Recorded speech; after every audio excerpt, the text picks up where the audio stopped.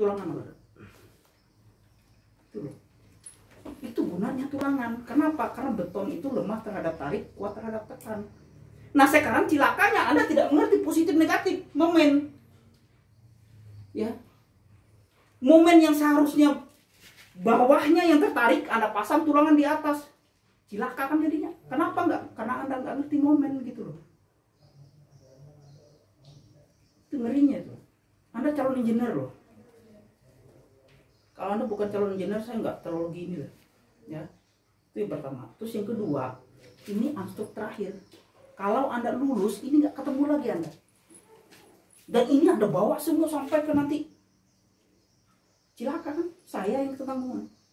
Tapi kalau saya sudah ngomong gini, saya udah jelaskan gini, Anda nggak bisa juga. Ya, berarti tanggung jawab saya udah lewat kan gitu loh. Tergantung Anda sudah ingat atau enggaknya. Kalau Anda memang seorang engineer, ya, pinginnya tetap berkecimpung di engineer, ya harus Anda ingat ini. Taruh di kepala, ya. Momen itu apa? Momen itu adalah gaya kali jarak. Kalau melihat positif negatifnya, dilihat serat bawah yang tertarik itu positif, serat atas yang tertarik itu negatif. Itu aja. Gunanya apa? Gunanya ketika Anda masang tulangan. Salah Anda menentukan tulangan, ambruk. Saya berapa kali bilang ya. Dokter itu kalau salah diagnosis, salah analisa, satu orang mati. Kalau kita salah Anda diagnosis, salah Anda analisa struktur, berapapun yang di dalam kayak kita ini, ya 1, 2, 3, 4, 5, 6, 7, ya, ambruk ini mati semua kita nih. Artinya apa? 7 nyawa Anda bunuh. Pasti. Dan ini sangat riskan ini. Jadi kalau Anda sampai sekarang nggak ngerti itu, waduh bahaya sekali, ya. Kalau kayak beliau nggak apa-apa lah, paling nanti ngurus ini deh, apa? Penunjuk arah rambut, nggak ada itu. Saya nggak tahu gunanya apa masuk sipil. Tapi kalau Anda silakan, ya. Tapi nggak salah juga kan tahu tuh, ya, nggak salah juga. Kalau Anda masih engineer, nanti terjun jadi planning, kalau menjadi supervisor, Anda tidak ngerti, selesai. Oke. Jadi kenapa tadi negatif, kenapa tadi positif? Kalau positif itu serat bawah yang tertarik, kalau negatif serat atas yang tertarik. Nah, Anda lihat, kalau saya tekan di ujung, ini seolah-olah balok ini. Yang tertarik mana? Yang atas. Atas, ya kan? Ya. Makanya dia negatif. Kalau serat atas yang tertarik, jangan Anda kasih tulangan bawah. Makanya cantilever, Anda lihat, cari di internet atau Anda turun langsung ke struktur bangunan. Kalau ada orang bangun, kalau lihat ada cantilever yang tulangan itu di atas, nggak ada di bawah. Karena apa? Karena serat atas yang tertarik. Balok, Anda lihat, ada nggak tulangan atas itu dipasang? Hanya 2 di atas. 2 ini hanya untuk menahan sengkang. Kalaupun ini nggak usah dipasang, orang nggak pasang ini, karena ini nggak ada gunanya yang 2 atas. Tapi apa boleh buat? Kalau ini tidak dipasang, sengkang nggak bisa mengikat, amburadul sengkang. Makanya harus dipasang. Makanya biasanya yang 2 atas ini biasanya kalau di bawahnya diameter 22, di atasnya paling 16. Efisien. Ya gunanya kita engineer ini kan nggak ada guna lain sebenarnya. Memastikan kekuatan struktur, memastikan efisien, kan itu. Efisien hubungannya ke duit. Itu aja gunanya kita ini. Nggak ada yang lain. Ya. Kalau aja kita nggak perlu, udah tukang aja tahu kok dia. Tahu dia. Pengalaman Pak saya kemarin di sana gini, ya dia pengalaman aja dia. Tapi hitungannya nggak tahu. Nah kita inilah gunanya. Ya kalau Anda engineer tapi nggak tahu, nggak selesai lah, nggak ada gunanya kan. Capek-capek belajar, capek-capek kuliah kalau nggak ngerti. Nah cilakanya ya masyarakat kita, ketika Anda sudah berada di ujung nama Anda itu ST, orang akan wah dia udah tahu. Padahal kadang-kadang nggak tahu. Nah cilakanya nggak tahu ini selesai. Karena karena ini induknya. Anda lebih baik tidak mengerti menghitung aspal, jumlah aspal, tonase aspal, daripada Anda tidak ngerti ini. Ya. Karena kalau aspal itu ya, tinggal orang AMP, orang lab tahu dia berapa campurannya. Ya. 6%, 6,5%. Tahu dia. Tinggal diutak-atik. Kenapa? Karena tergantung kadar aspal. Kita nggak tahu itu. Karena kadar aspal itu loh, orang lab. Sama kayak baja. Ya. Baja pabrik. Kenapa modulus elastasitas baja tidak bisa kita tentukan? Karena dari pabrikasi. Kenapa M baja itu 2,1 kali 10 pangkat 5? Karena di pabrikasi. Beton kita yang nentukan.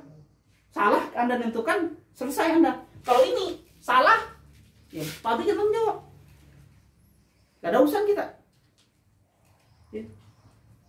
Tugas kita baja hanya menentukan berapa diameter, berapa profilnya. Itu aja tugas kita. Kalau baja enak baja itu. Tapi kalau beton ini selesai.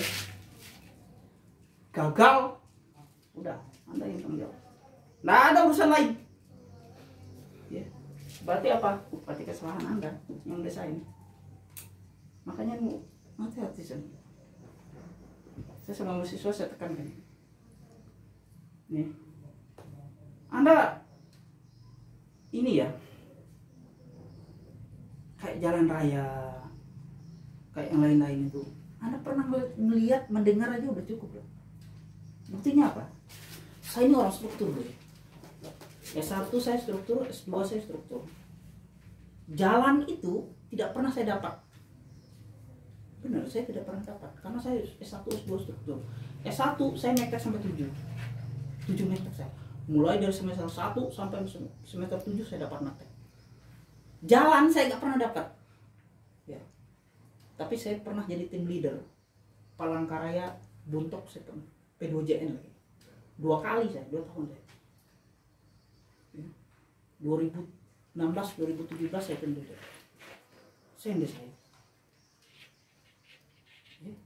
Jadi ya kayak gitu-gitu tuh Anda dengar, Anda baca juga bisa. Tapi kalau ini nggak bisa. Makanya saya bilang sama manusia, jangan takutin metek. Kalau hidupmu di situ, kecuali kalau bukan hidupmu di situ gitu loh. Ya. Makanya saya bilang kalau Anda nanti lulus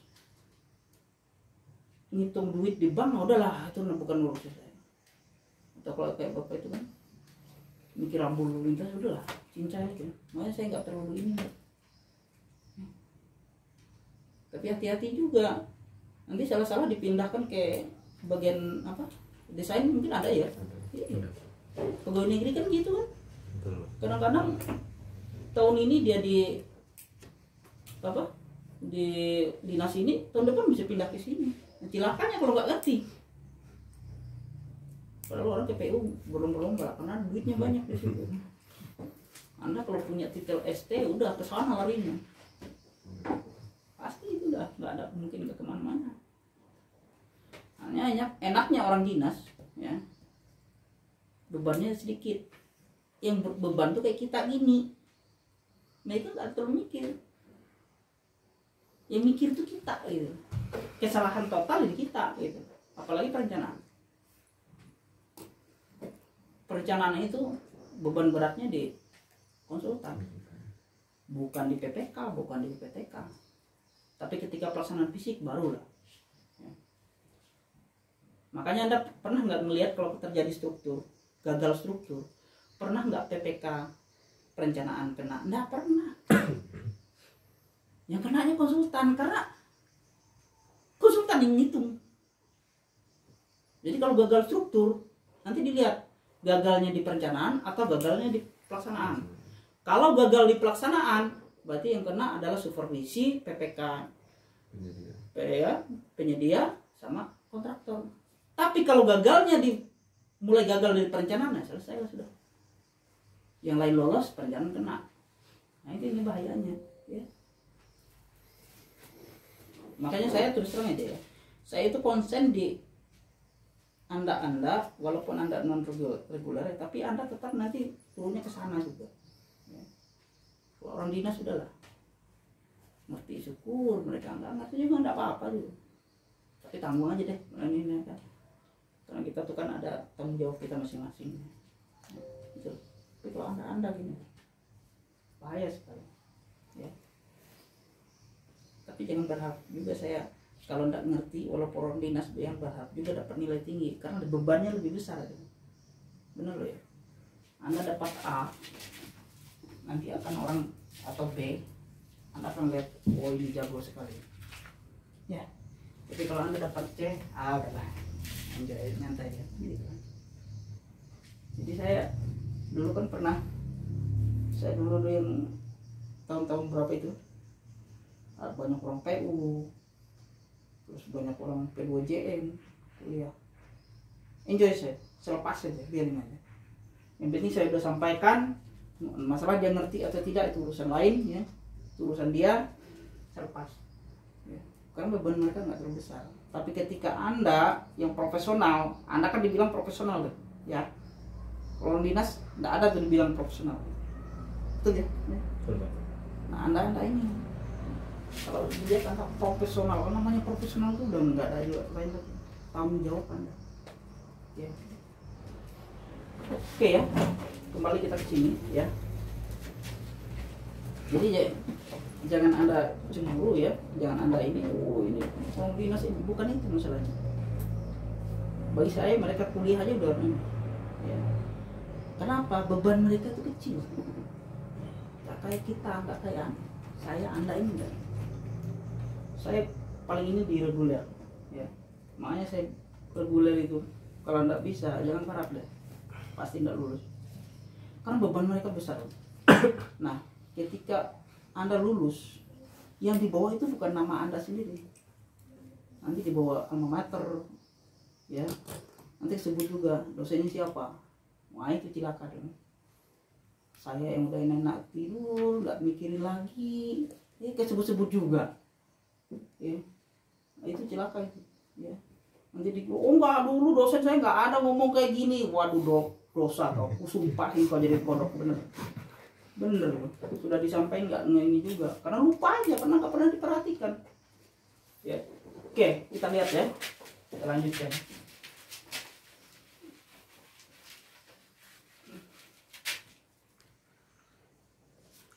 Oke, nah jadi kembali ke sini ya, ini syarat atas yang terbaik berarti negatif. Nah besarnya berapa? PL per 2. Nah ini saya jadikan beban ya, karena kalau saya mencari berapa sih ininya, putaran sudutnya, berapa settlementnya, maka saya bisa ini apa? Ini jadi momen. Nah ini apabila cantilever dalam conjugate ya, nanti kita ada catatannya di sini, maka yang bebas jadi jepit, ini kan bebas harusnya kan, jadi jepit. Yang jepit jadi bebas, jadi terbalik dia. Conjugate itu gitu, conjugate beam. Jadi ada original beam, ada conjugate beam. Conjugate beam itu setelah kondisi ada momen, jadi ada muncul gambar momennya, itu conjugate beam namanya. Nah, oke. Nah, ini ya besarnya PL per 2 minus, maka yang saya cari itu titik berat ya. Karena kalau saya udah dapat titik berat tuh saya bisa cari reaksi perletakannya. Oke.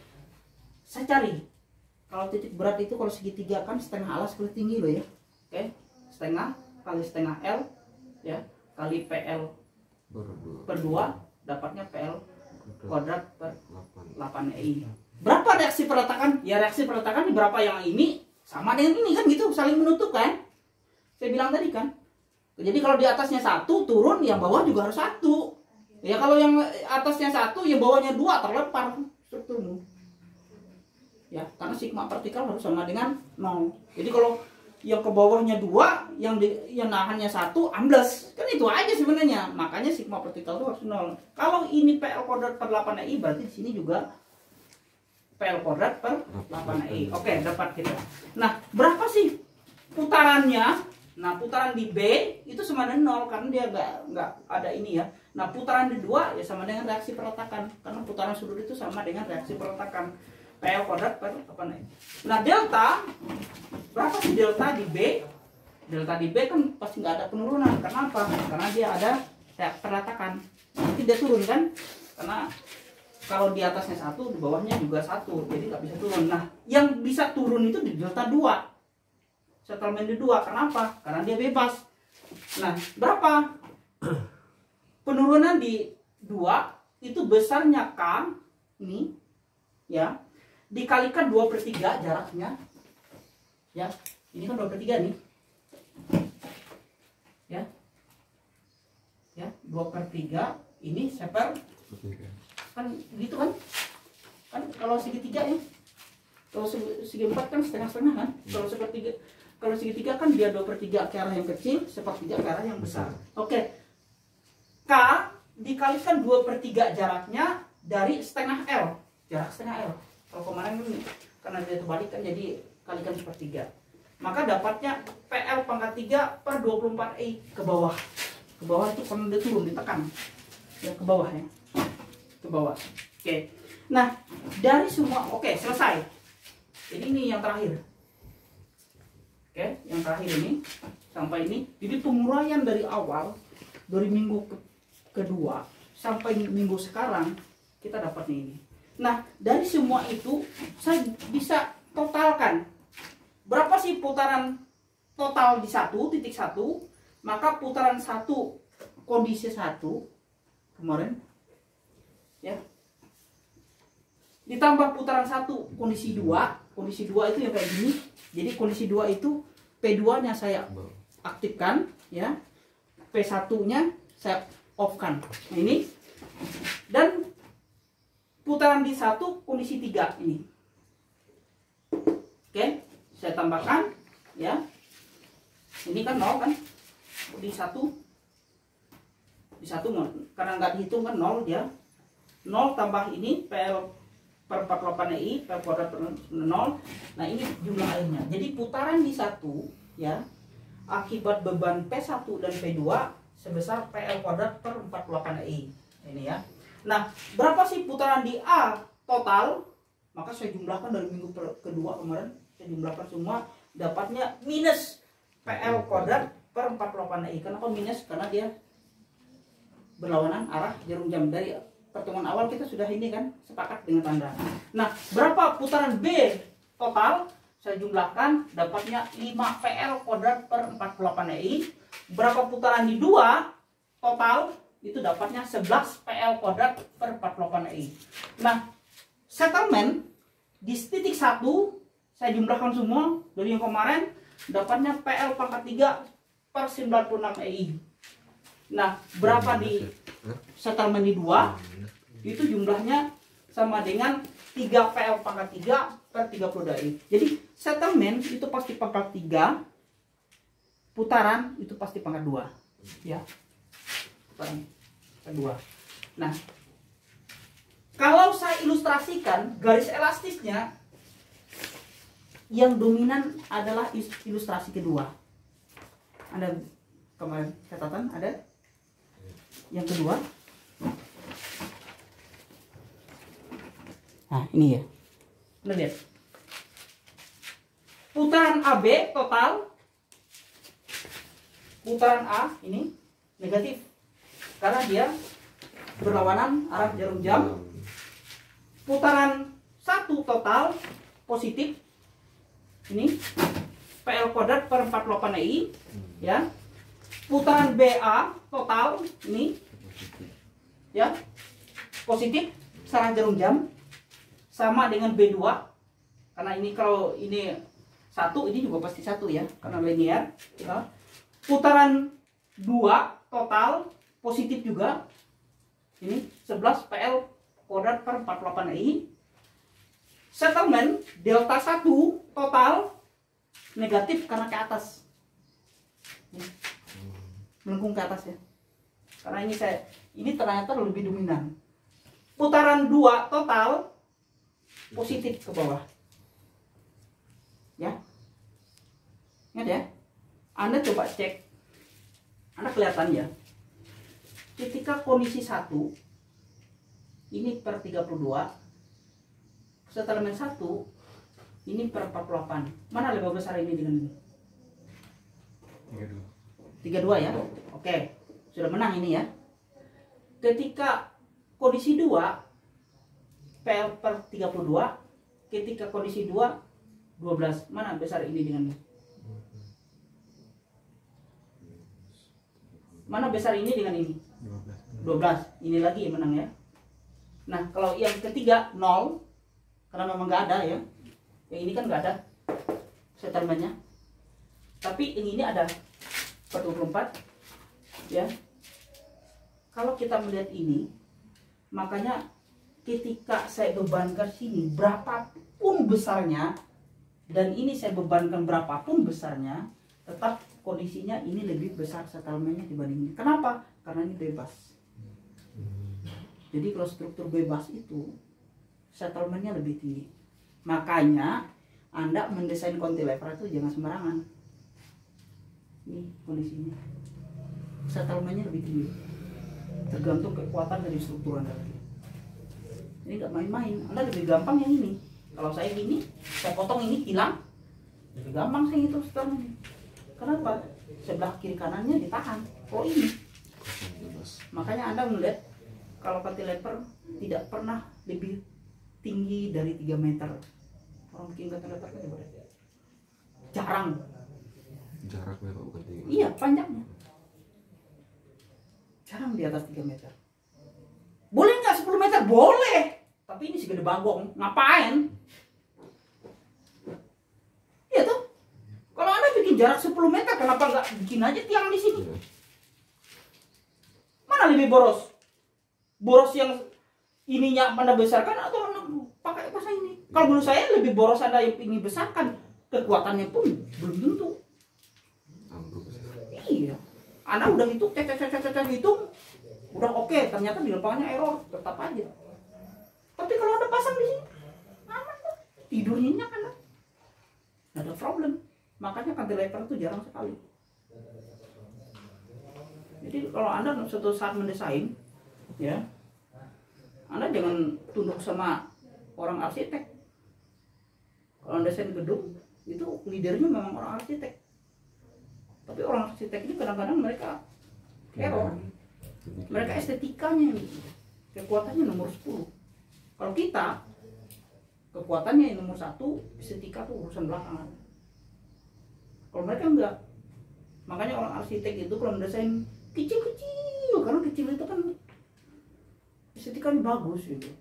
Iya bagus, tapi kalau ambruk setelah itu ada gunanya. Dan cilakanya mereka lebih suka yang cantilever. Karena itu bagus itu. Modern. Iya. Mau lihat aja. Cantilever itu suka sekali. Nah sekarang yang berperan Anda ngitung strukturnya. Kuat enggak? Karena ketika terjadi apa-apa, leadernya bilang, itu sudah dihitung sama tenaga ahli saya. Orang sipil. Kata dia udah kuat, saya bukan urusan saya gitu. Makanya dalam perencanaan itu pasti ada leadernya arsitek, tenaga ahlinya sipil. Anda yang bertanggung jawab. Kalau terjadi apa-apa, Anda yang masuk penjara, bukan leadernya. Itu enaknya.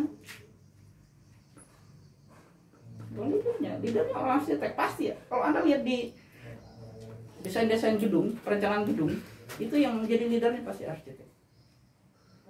Nggak pernah orang sipil. Kenapa? Karena sifat manusia ini ya ingin sekali sesuatu yang indah. Kalau orang sipil yang mendesain, lihat aja. Kalau kata orang itu kayak perempuan yang bahenol itu gitu kalau sipil. Kalau orang perempuan, kalau yang arsitek yang desain langsing mantap gitu kan. Itu karena kita tuh suka itu. Padahal seharusnya enggak. Ya, karena apa? Orang arsitek itu yang penting bagus, indah mereka. Nah, tergantung kita lagi. Nah, bagus dan indah itu biasanya identik dengan sesuatu yang kecil-kecil gitu. Cilakanya kan di situ. Ya. Coba aja. Kalau cowok-cowok lihat yang badannya gede, ngeri juga ngeliatnya ya. Tapi kalau ngeliat langsing, waduh itu asik bener. Itulah sifat manusia memang. Makanya ditaruh leadernya pasti arsitek. Tapi kalau terjadi apa-apa bukan arsiteknya yang kena, Anda yang kena. Padahal Anda hanya tenaga ahli. Tapi disitulah peran Anda.